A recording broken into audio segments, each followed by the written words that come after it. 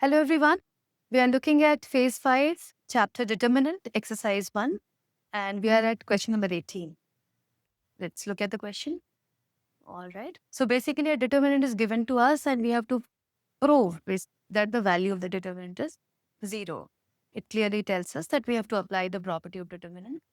And here we can approach it in any other way also. In many ways are there. So the most obvious thing that we must always look at the pattern.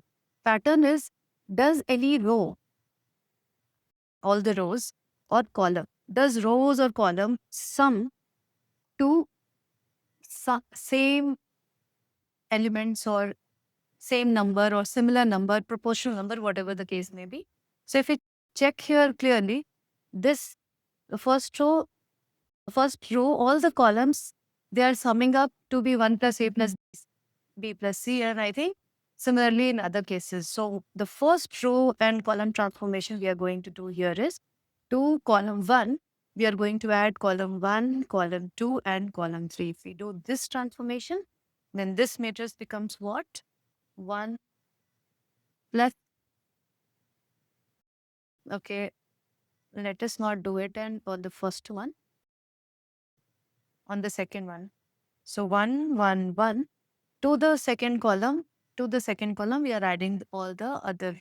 So it is 1 plus a plus b plus c, 1 plus a plus b plus c, 1 plus a plus b plus c.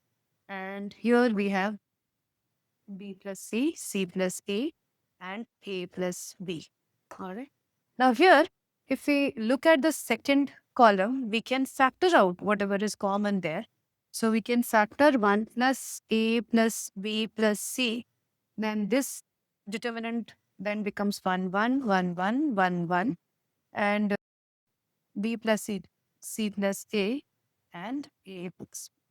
Now again, the basic property of determinant, if any two columns are identical, then the value of the determinant is 0. So basically this is equal to v. Okay. Thank you.